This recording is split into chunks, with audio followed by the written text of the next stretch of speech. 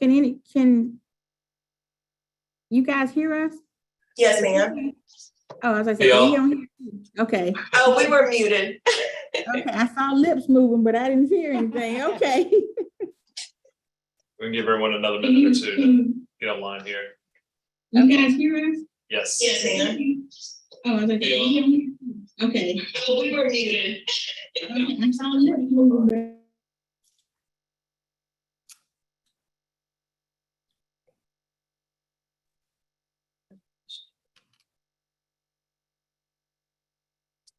Y'all aren't hearing an echo on your end, are you?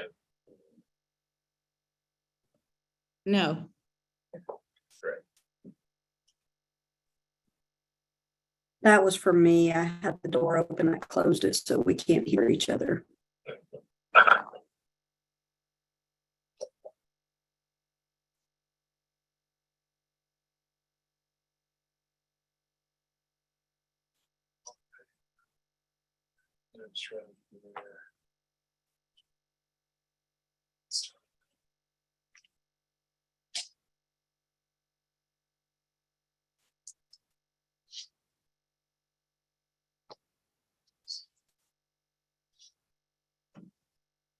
OSBO, are they still No. trying to get logged in? I think they were following me. I might have lost them in the train. Do your speed.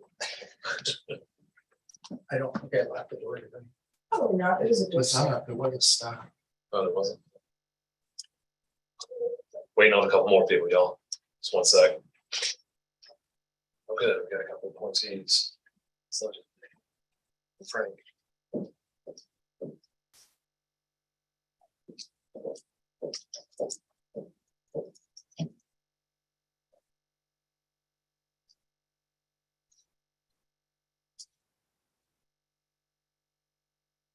So we're in like.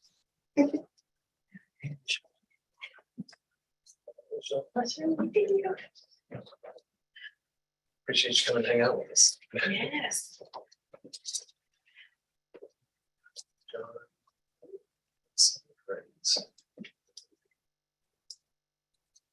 Sorry, I have another meeting at 6. So that's why I had to do the virtual thing. Fully understand and appreciate you joining us.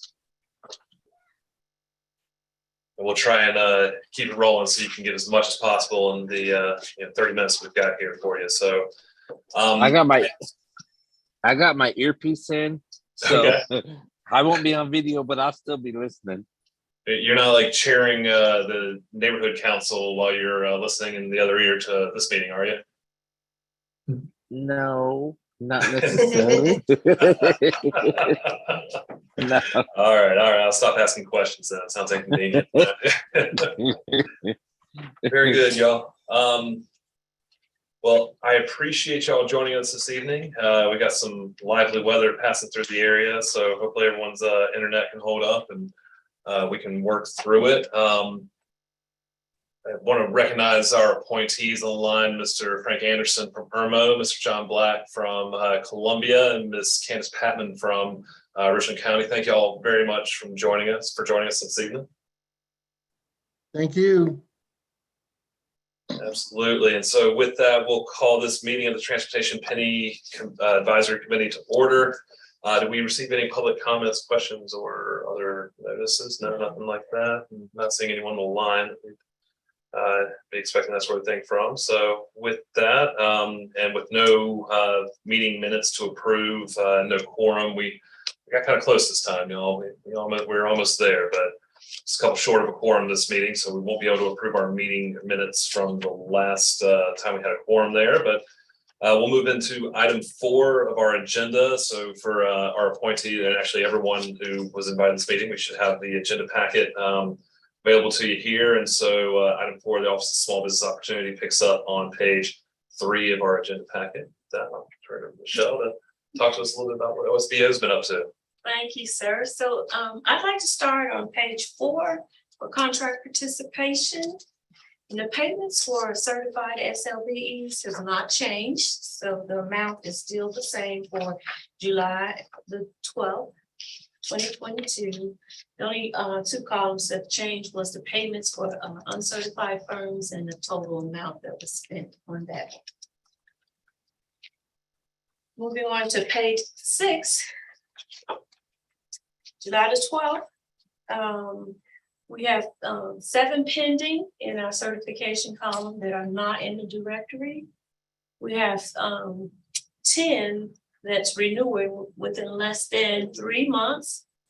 We have 116 certified that's actively certified in our directory, which means they're available to participate in contracts that specifically has a SLBE goal. Moving on to page 7, there are no changes on that page. Well, at the bottom, the SLBEs, the certified SLBEs by industry categories, there's a slight change. For architectures, as you can see, with architecture and engineers, we have 8, construction services, 39, non-professionals, we have 10, professionals, we have 49, for wholesale, we have 10, for a total of 116 participants.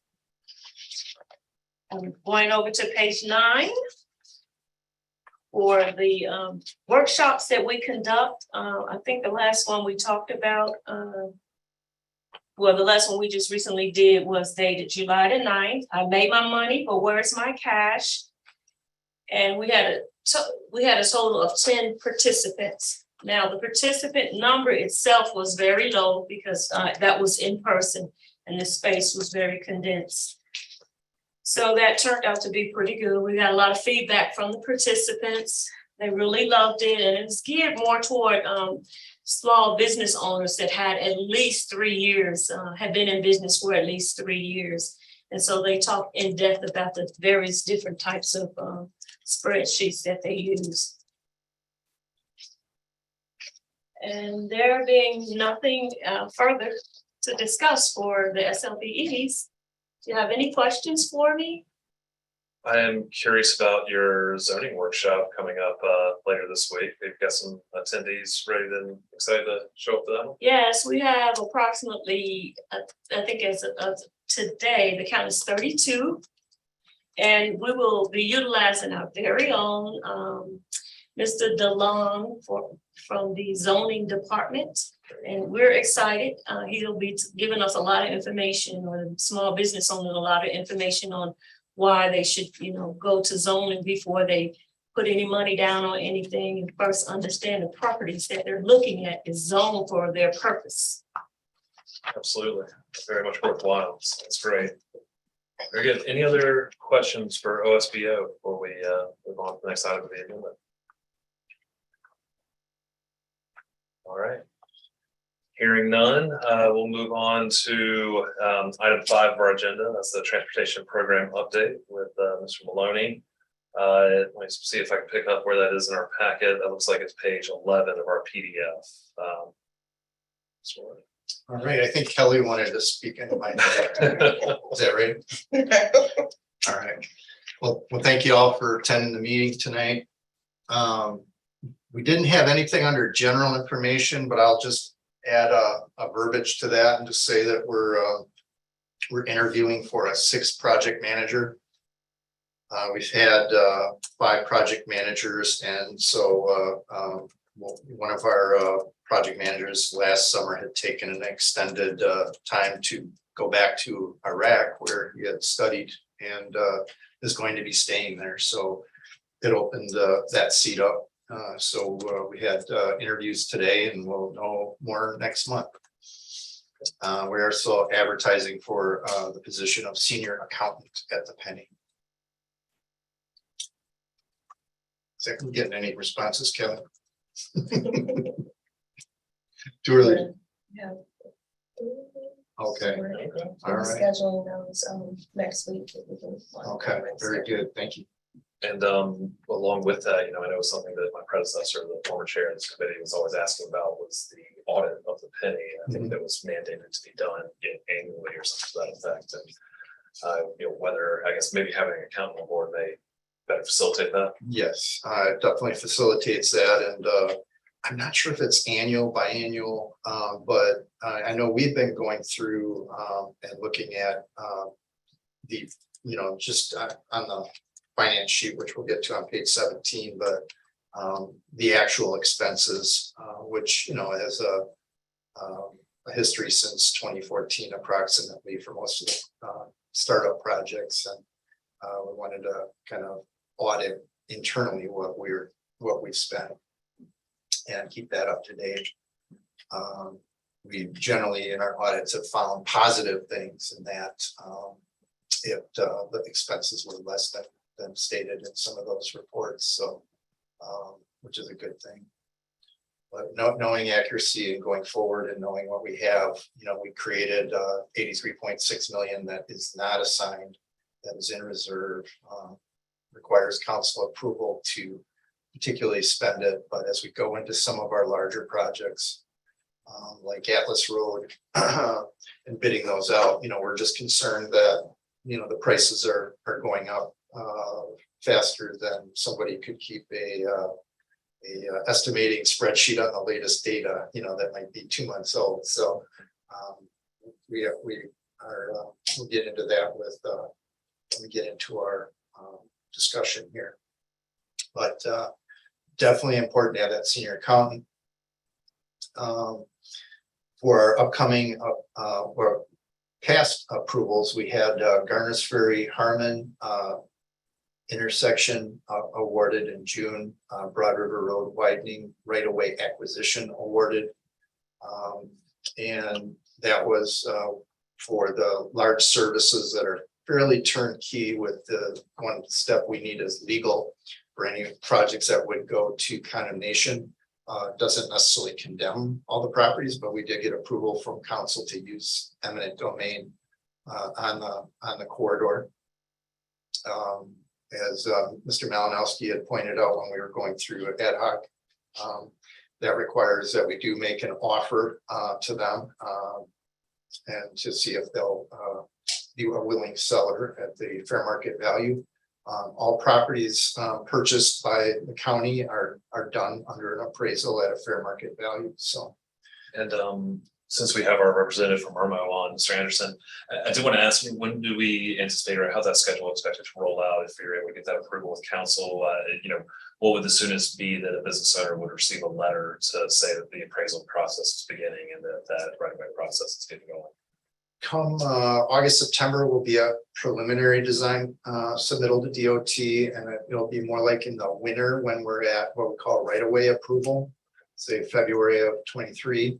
So it would be sometime after we do have that approval that we could go in and start those negotiations that present offers. So early 23 to second quarter 23 to start seeing those offers going out, and I guess the property owners being engaged along that corridor. Right. Right. And so this process just allows for if you run into a long negotiation to allow to go to condemnation, really just kind of allows the construction project to continue while certain details are ironed out between property owners, which there could be 150 different negotiations going on. So the second part of the approval is the large contract to work with several negotiators, a big team on that project. Start cutting checks. Yeah, Yes. Greasing that skid, right? Yes, sir. And then, of course, we had the for the CERN Southeast Richland Neighborhood Improvements. It's a phase 2. Phase 2 wasn't originally a project, but there was money left over from phase 1. And it allows the sidewalk to continue from the road that was extended in CERN all the way up to Trotter Road. So it's a good neighborhood connector back towards the high school and back towards Garner's Ferry Road. Upcoming and tomorrow night, we had to do it a week early as far as when ad hoc was compared to the other committee meetings, because there's a lot of committees that took council back to 2 p.m. And then they would have their normal committee meetings next week. So tomorrow is the day we are on for ad hoc. And we have the award of construction of Screaming Eagle Percival intersection. That'll add the signal and remove the right turn lane that's currently, or right exit lane that's currently there, and increase safety for that intersection. The next one is the award of the Clemson Sparkleberry intersection. That's award of engineering for final design. And then the other one is in conjunction with the City of Columbia, a request for funding for Innovista Phase 3. Want to run that one down for us? So there was a de-scoping that said, well, we're not going to fund Phase 3. And then about a year and a quarter ago, a little before my time, there was a kind of a funding put back in of a little over $4 million, $488,000, $488,663 put back into it, plus $150,000 for NEPA requirements in preparation for a large grant application. A grant in the neighborhood of $28 million or somewhere in that neighborhood. So the council approved that as a grant match should they get the grant. This year we're going in and saying, well, what if they don't get the grant? The city has put together a plan to take that approximately $4 million and add it to another $9 million that they've secured to be able to do William Street and the extension of Green Street to William Street, which I think, Green Street tees off at Hugie. I don't know, it's like Favre and Favre, but I don't know how you all get that pronunciation, but yeah, Hugie. I'm pretty sure it's Hugger. Hugger? Yeah. And I'm from Wisconsin. We're getting close to that now. Anyhow, it'll take that right down to Williams, kind of open that more up towards the river, and then Williams going, parallel with the river, build those roads. For the appointees, the link I sent out yesterday that had the ad hoc meeting link in it. If you look at I think that got the ad hoc for tomorrow got posted earlier today. In there's some really nice maps and illustrations of what this project is intended to look like for the city of Columbia. But it's using all of that space between Gervais and Blossom by the river that I think we hear a lot about that space being better utilized than just open forest land. So you bet. So, and we understand there was more to do with bearing lines and more road extensions and things like that. That would, that could be another phase, but they do have now a backup plan to use it. They'd like to get more into the design earlier and get that going. So, they don't just want to stop at basic NEPA requirements. So this funding request that ad hoc would be approving is for approximately $2.5 million, or is the first ask lower? For Phase 3. Yes, for well, they're asking for the balance of what was originally in the referendum of $50 million. So it could be somewhere between 4 million and 6-7 million that will be available in that amount. I think the more important part, should council not agree to go above 4 million, would be to allow them to start using that money, since they do have a plan that they could actually build the project now with a combination of that $4+ million and $9 million that they've secured elsewhere. Right. This fourth item is approval of the reserve fund use plan. And I can break that down in a nutshell. Step one, let's get more projects bid out. So let's not do anything with the reserve funds until we start opening some larger projects like Atlas Road. The next thing is the steps that follow that. One, always keep money in reserve for inflation. Two, perhaps use money to fund the road resurfacing program, which will be running out of funds in 3 more bids. And The third thing would be to potentially restore funding to projects that may have been cut that are still in preliminary design, where we could look at that. But those three items, I think, are the next step. The first step is let's kind of wait and see what these bids come in like on a few more projects. Get a better idea of what the inflation's looking like, and then, but when you say road maintenance, and, you know, we were talking about paving more roads, we get into a situation where we're exceeding the referendum amount on repaving, and that, could that create any issues, or are we have an It's- open ceiling and? Yeah, I don't know that there's an open ceiling on that, but it would be extending that. And, you know, if they need to, you know, I know that a lot of the budgets we're working with were on recalibrated numbers, because you know, some things were at referendum at like a lot of greenways where they're at like $1 million, and it's really like $7 million when people looked at it. And so things had to get consolidated, some projects had to get cut to put that money together.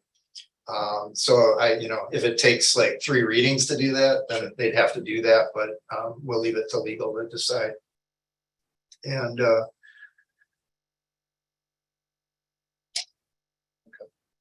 So that'll be a busy ad hoc meeting, and certainly worthwhile to tune into that one. And sure. maybe worth listening to if anyone has some time to jump on that. I'll certainly try to. I've got a lot of projects in design, obviously, every month. Not maybe a whole lot new to add to it from last month.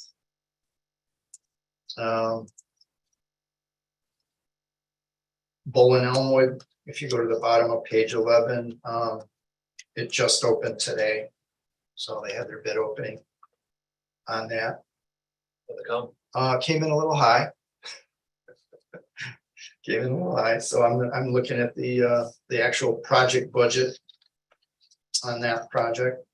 But we don't foresee, no matter how many rebids we do on these projects, them coming down in price. One of the things that may be that we have to look at in it, it does have night construction, which, you know, is gonna, you know, obviously be more expensive, but necessary in that type of corridor. But that's part of it. I don't believe there's an option. So that will be looking at a little more detail. The raw number just came in today. I guess no cosmetic alternatives that can be peeled off or anything like that. I don't think so.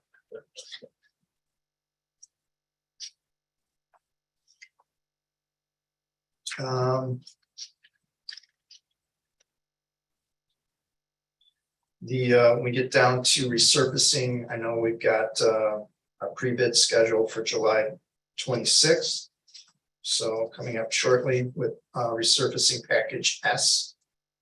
T will be following very closely behind it. And we do have those, you know, as attachments in the packet, what roads will be completed. There's an additional coordination going on with Public Works that also has road package and pavement preservation projects. So those coordination will be continuing between Transportation Penny and Public Works.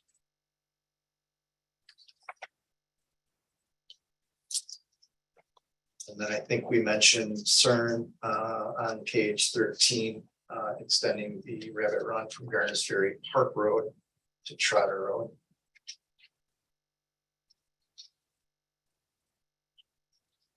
Construction wise, and I'll certainly take any questions you have on design, but construction wise, we have 3 dirt road packages under construction. K is substantially complete. L has rough grading and drainage underway, and M also has that on Bowstring Road and Tall Oaks as far as rough grading, preparing the base. There are some fine points on Bowstring to complete yet and put in a, particularly on that one, we are putting in a infiltration system to one side.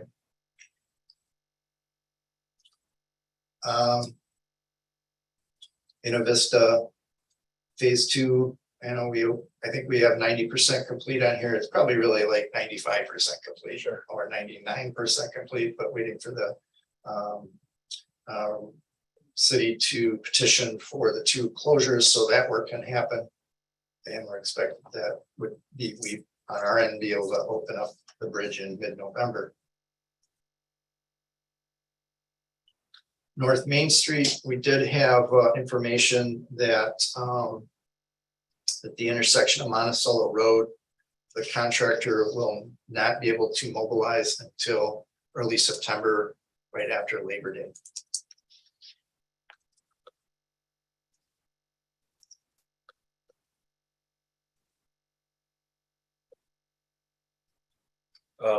There, is that in compliance with contracts, I guess? So are there any LDs? I mean, it sounds like that's Yeah. a delay, but We're looking at that as far as reasonable time, 4 months to get them started on that.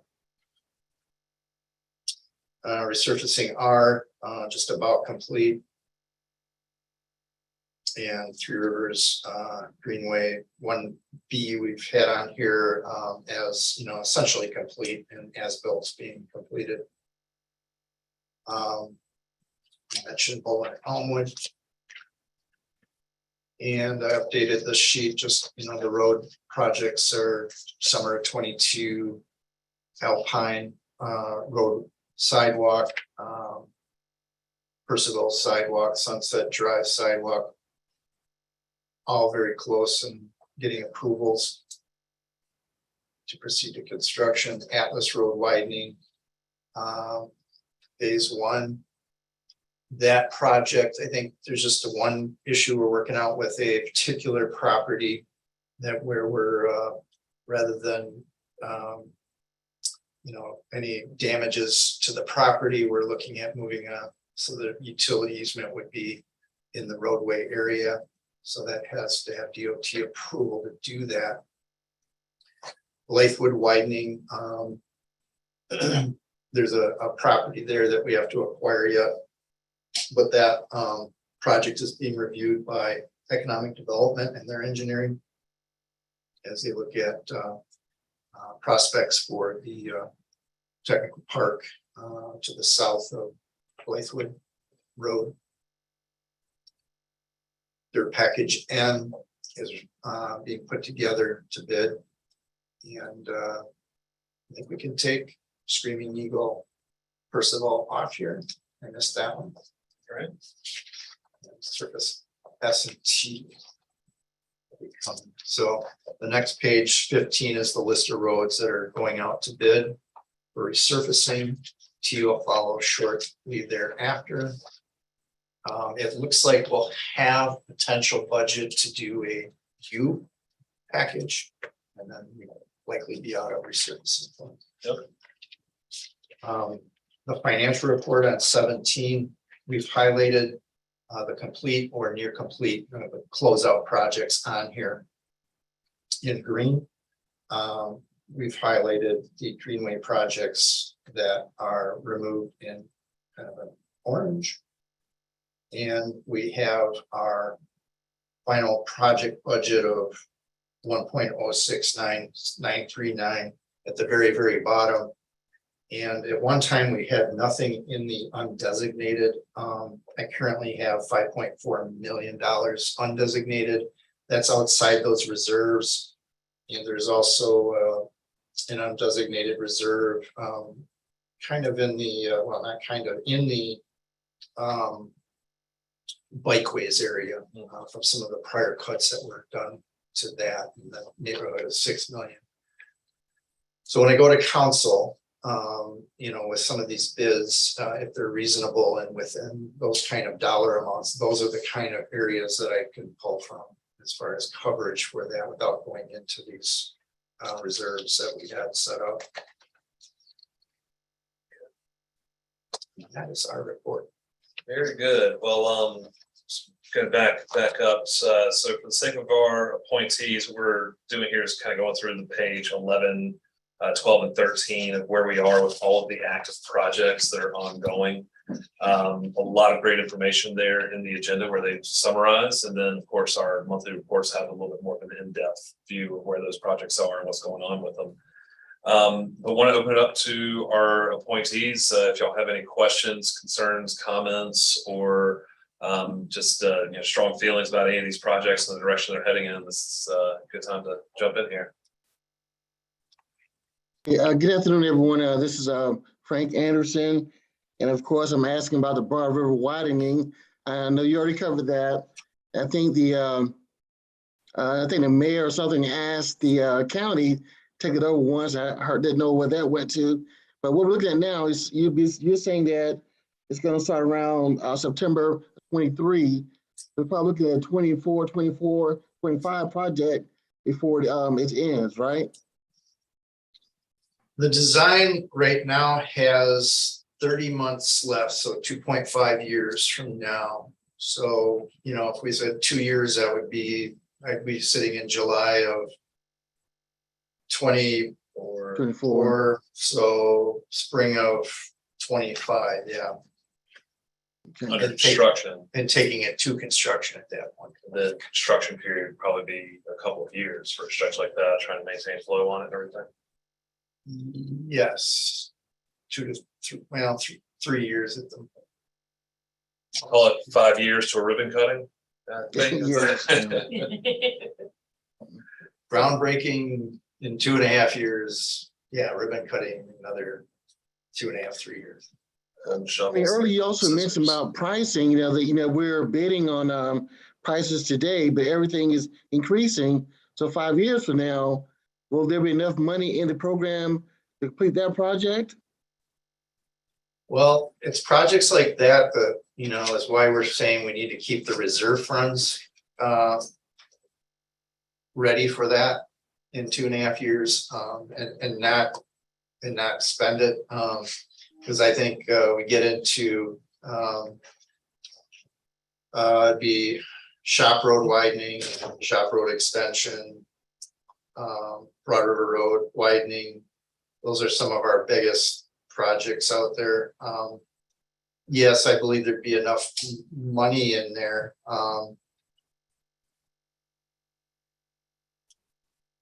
We're also looking at where are we going to be in, 2.5 years when we bid it, so not 5 years, but the price will be set based on their bid price that we receive in 2.5 years.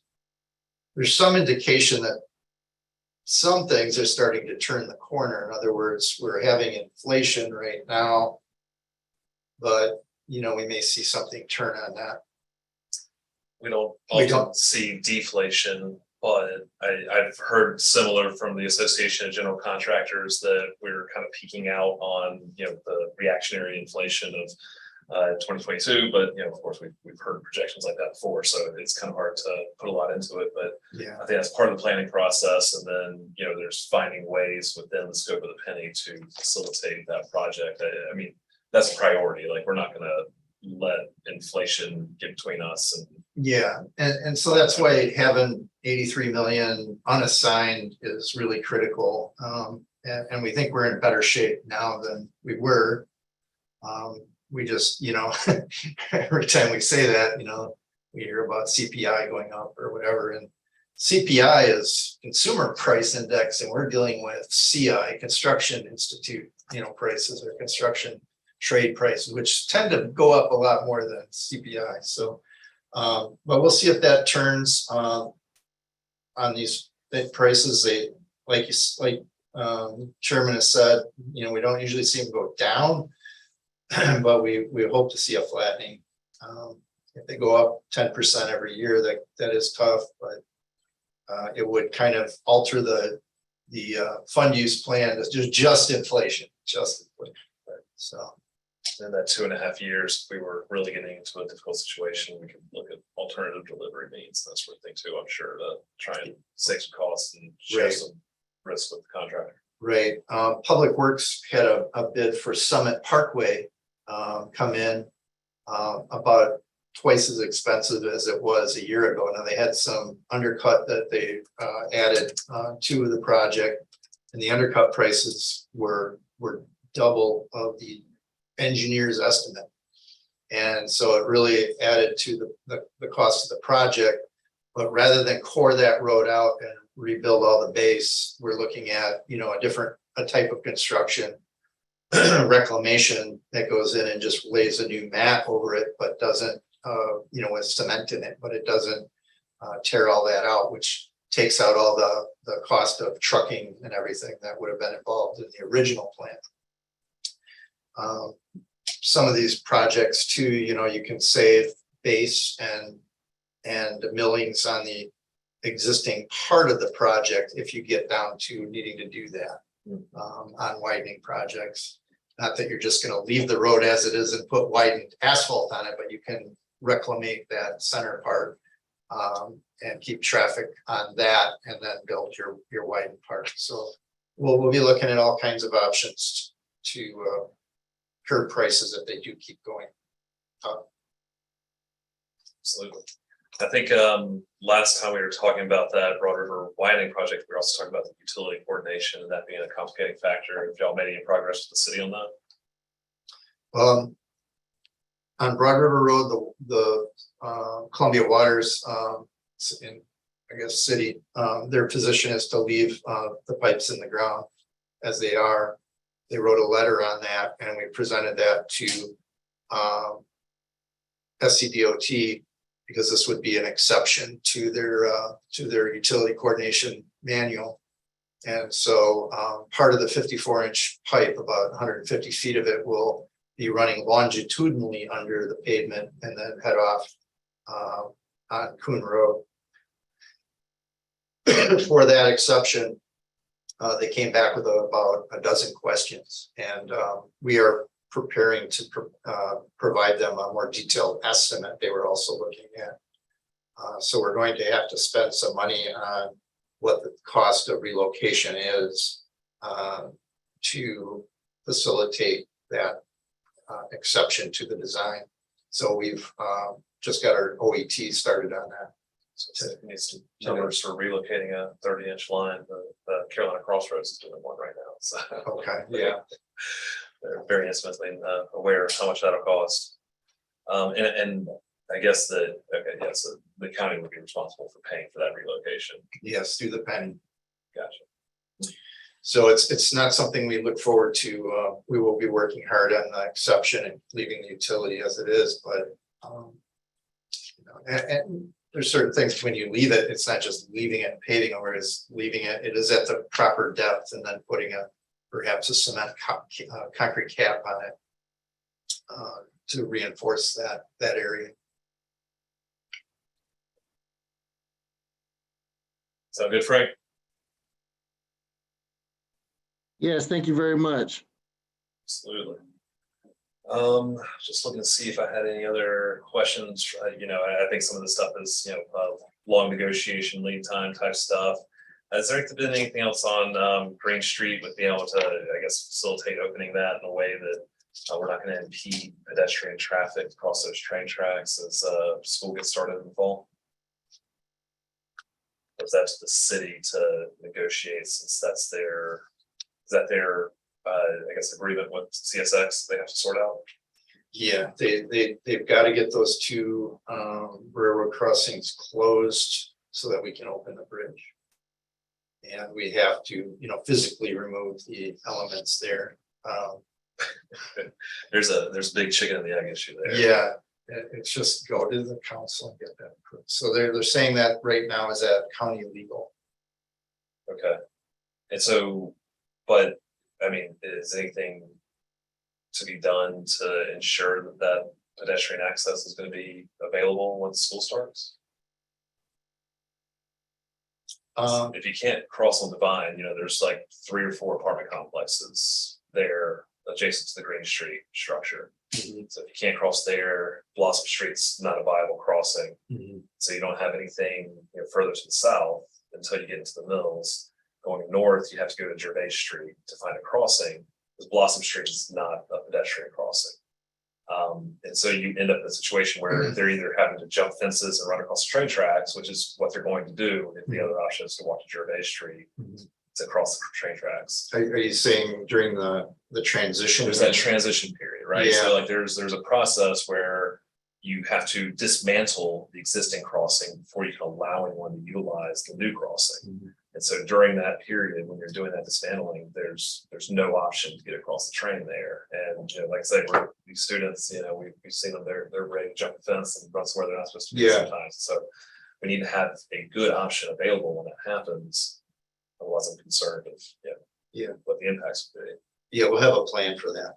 We'll get you back to you on it, but it's, it does have to be, as little as putting barricades up before you stop pedestrian, but put traffic barricades up and then get it signed off on to open the bridge and then pull all the other stuff. So maybe you could facilitate pedestrian crossings at the existing Existing crossing location. for a little while, Yeah. while they're doing that removal process. Yeah. Okay, just be high steps, that sort of thing to make sure that folks can get across.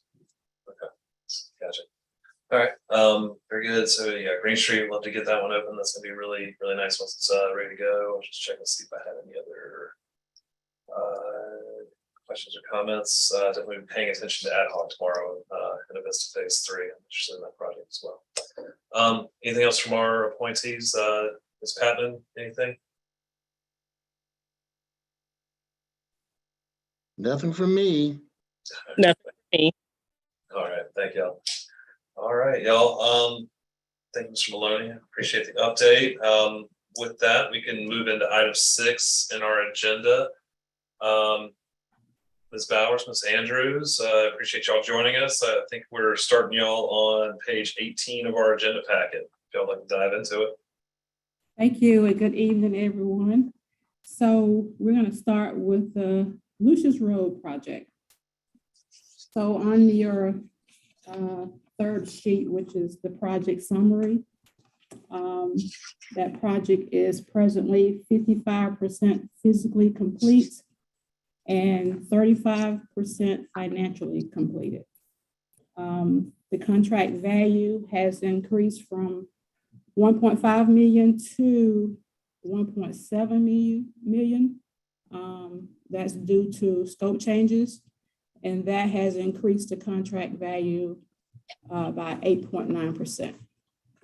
We're still looking at a completion date of September of this year. So we're hoping and praying for that. Also on that page, at the bottom of that page, you will see an area view of the project. So next, we're going to go to the major milestones. So the major milestones, the clearing and grubbing has been completed as of May the 20th. The completion of the curbs and the gutters at tiers 1 and 2. The completion of the sidewalks along Lucius Road, that's scheduled to be completed August 18th. They have completed like a portion of it, maybe half of the sidewalks, but we still got the other half to do yet. And with all the rain that's going on, so that may delay it a little bit. The rain has delayed a lot of stuff. The sediment pond installed and functional, that's been done. Start forming, pouring concrete in tier 1 and 2, completed June 13th.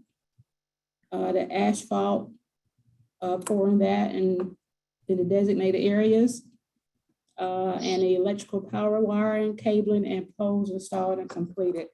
That's as of July 17th. The bus shelters and installed and functional by September 15th. So project impacts, the delayed issuance of electrical submittals is a potential concern, of course. Cherokee is waiting for encroachment permit from SCDOT for the sidewalk installation. This permit was authorized for approval on June 26th.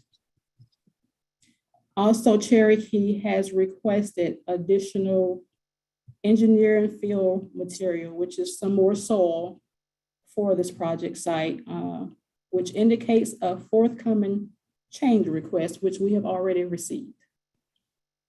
Cherokee has contacted City of Columbia in reference to other water lines in conflict with ongoing construction activities. And the one that I reported last month, that has been resolved by the city. So that leak has been repaired.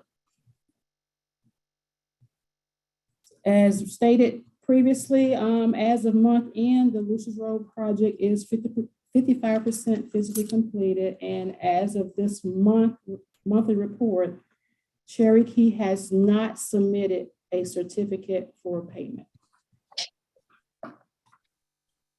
So Next it's page. month, right? Does that Excuse mean we me. skip the payment this month? They haven't submitted it yet?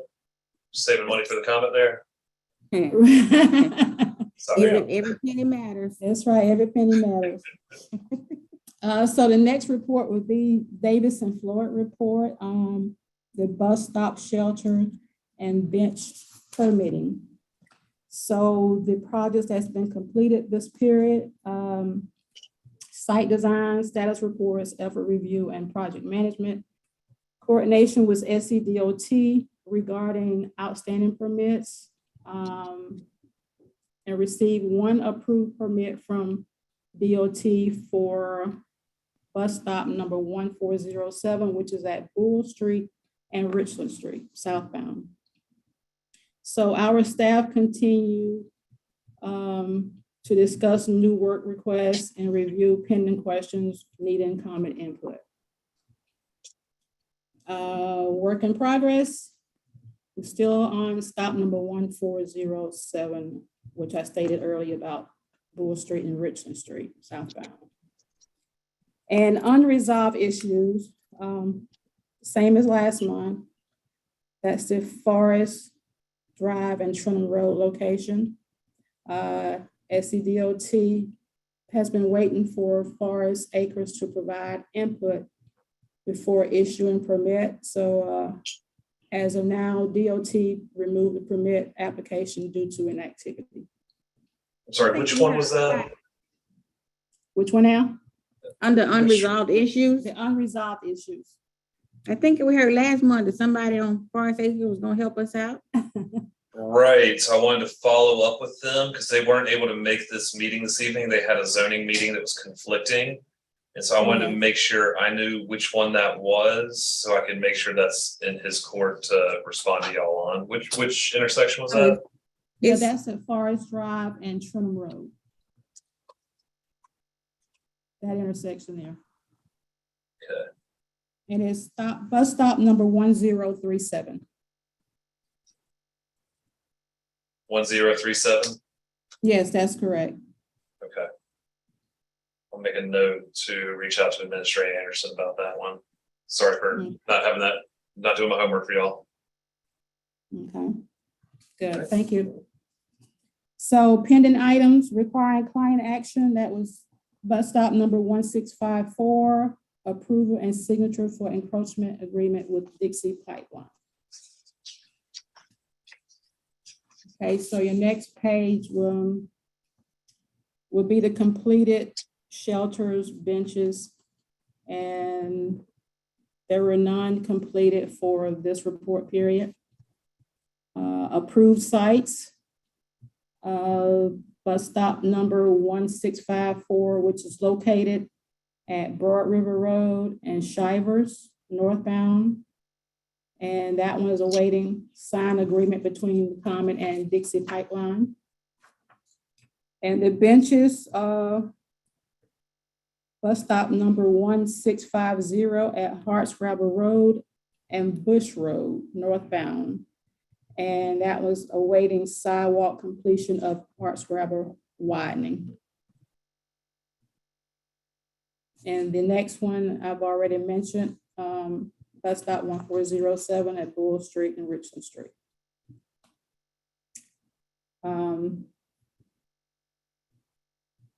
So the sites currently under permit review, the shelters, number 43, bus stop 43 at Pendleton Street and Barnwell Street eastbound. The city is requesting neighborhood feedback on that one. And the other one is bus stop number 269 at Gavilan Road and Campanella Road. That is in the Greenview neighborhood. And that one's waiting on SCDOT as well. And the benches, bus stop number 223 at Reed Street and Oak eastbound. And the city is also waiting on neighborhood feedback. Okay. So on the next page, sites and design, we presently have 10 shelters. That's in design. And we have 14 benches. That's in design as well. Okay, our next page is the ridership data. Ridership for May is 121,579. And same time last year, it was 117,774. So that is actually a 3% increase compared to May of 2021. And we have seen a gradual increase in ridership. And I guess it's due to gas prices. I think we were saying last month the ridership was a little bit down year over year, but you're seeing an overall trend of increased Right. ridership. Right, it's trending up. Great. Yes, it's trending up now, yes. That's always good to see. Okay, so the last two reports is the financial report and the DBE tracking. And Ms. Rosalind Andrews, she's here if there are any questions for the finance and the DBE tracking, if you have any questions. And that Would you say that we are in good financial shape, or the comments in good shape? I would. I'm not sure if you know how, we're structured or how we're funded, but again, we are penny funded and grant funded. So even though you look here and see, right now we're operating at a huge loss, it would seem.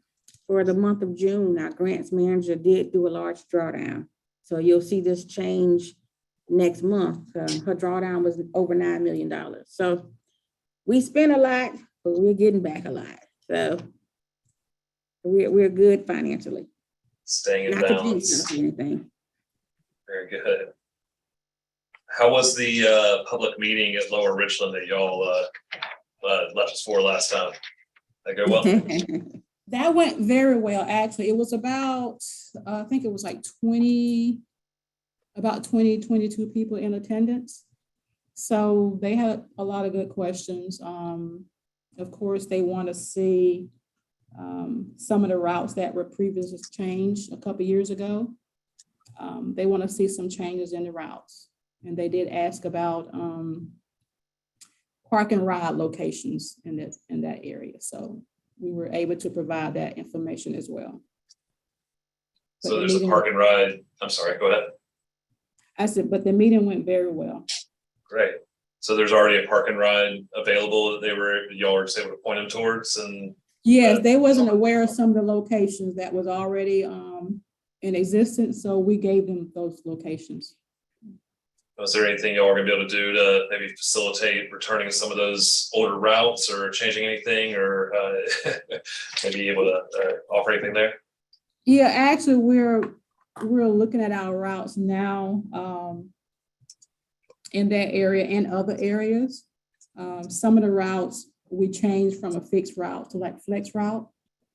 And that has been presented to our board. So they're reviewing that now to see if we're gonna change them maybe back to the way they were, or just kind of modify what we presently have.